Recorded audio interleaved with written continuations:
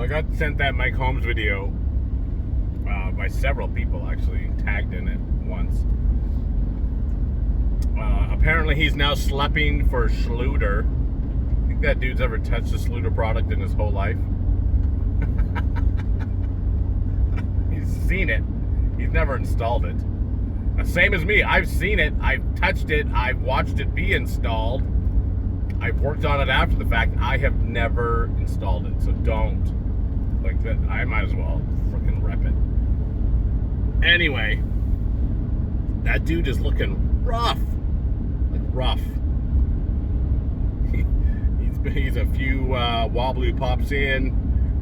Probably a powder or two. And a couple of ladies, if you know what I mean. I mean, I just got out of bed 5 minutes ago, and I look better than that dude. It's, careful, influencers. Look in the mirror. Look in the mirror.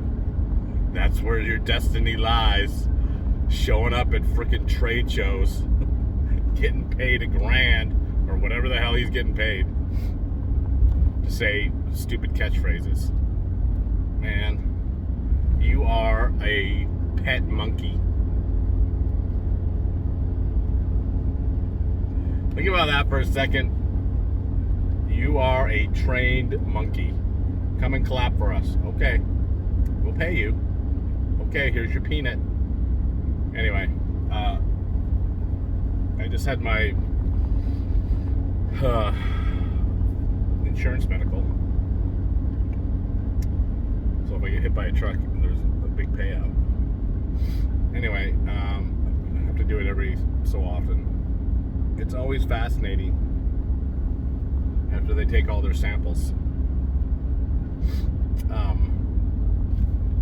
And they go through the questionnaire, right? Like it's,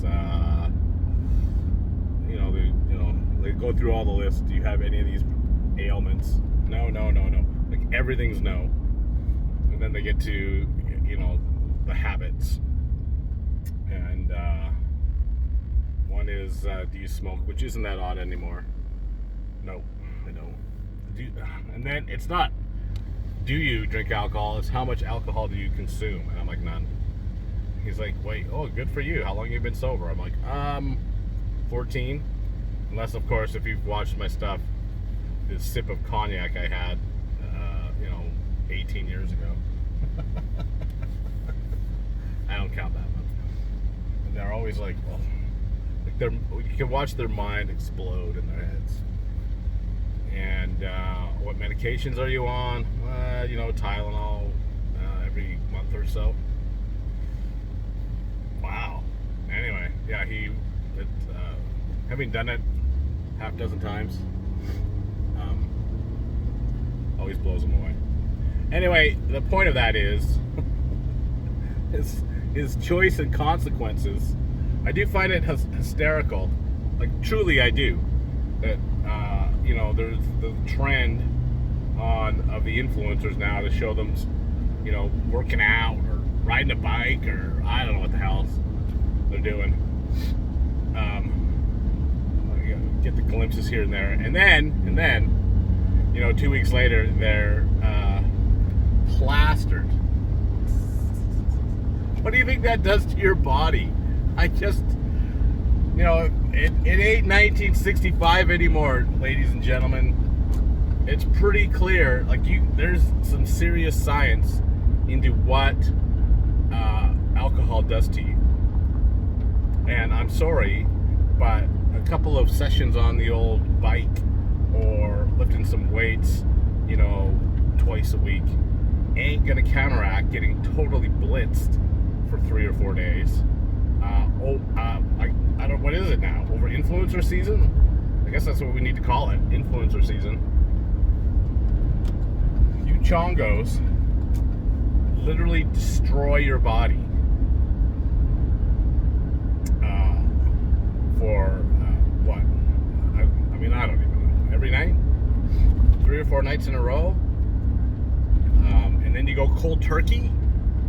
I don't necessarily. I mean, you can tell me that if you want, but I don't believe that. You're still having a cocktail or two on the weekend, or going out with the boys, or I mean, sooner or later, my thoughts, not yours. You guys got to be freaking men, and being men isn't standing around other men, drunken swill, telling fables that didn't actually happen. More like, if this had happened, I would have done this. If that had happened, I would have done that. I've been in all those things, man. It's all bullshit. It's all bullshit. All you guys do is get together and have a big, you either mock other people, spend some time degrading women, or have a big dick measuring contest.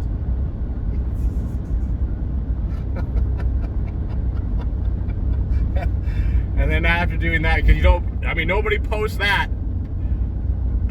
There's like, you got 30 seconds of over 3 days of, clinking a couple glasses together, but you'll post like a 2-minute video of you're getting after it. Health is important, but let me poison my body, 4 nights a week. Okay, man.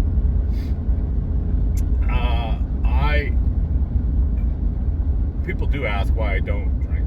The biggest reason I don't drink is both of my grandfathers were straight up alcoholics, man.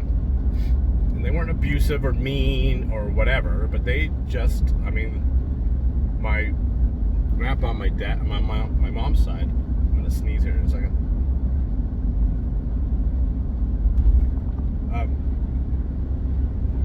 Am I? No. He would wake up every morning with a rum and coke by his bed. Every single morning. Have I got time first? Yeah, I got time for one. So he was about 82. My mom got the call. Listen, you got to come out here. He's got a week left. Let's make some arrangements. Come say your goodbyes, so on and so forth. So she shows up there, and he's in bad shape. He's in the hospital. He's not doing well. So they talk for a while, and like the day after she shows up, he's like, my mom's name was Sue. He's like, listen, Susie, you gotta go. They won't let me drink in here. I gotta have a rum and coke. So she's like, screw it. She goes to the liquor store, buys his drink, mixes it all up for him, brings it, and mixes it up in the hospital. The doctor comes in and is like, whoa. And she's like, dude, you told me he's got like 4 days left. Like, let's let this dude live. He's like, fine. So anyway, long story short, that happens on a ritual, and like 4 days later, he walks out of the hospital. Like, walks out. Straight up. And lived like 4 more years.